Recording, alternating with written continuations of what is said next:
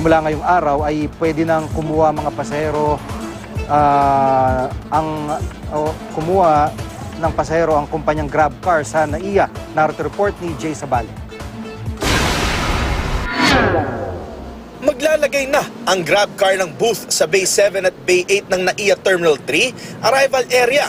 Bukas ito 24 oras. Dito lamang lalapit ang mga pasaherong may nabook na sa kanilang app, habang ang mga wala naman nabook, maaring magpabook sa kanila ng sasakyan. Nangangamba naman ang ibang rent-a-car na sa pagpasok ng GrabCar ay hihina ang kanilang kita at baka mawalan pa sila ng trabaho. Katunayan, ayon kay Aaron Abella ng GrabCar, marami na mula sa ibang car services ang lumapit para magtanong.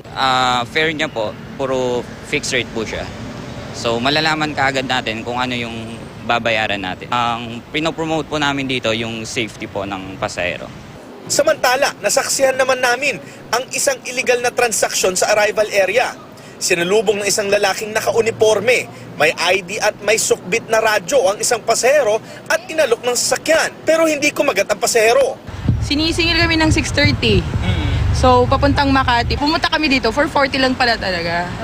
Ang pinuntahan kasi ni Julie, ang booth na may karatula kung saan mababasa ang mga approved LTFRB rates.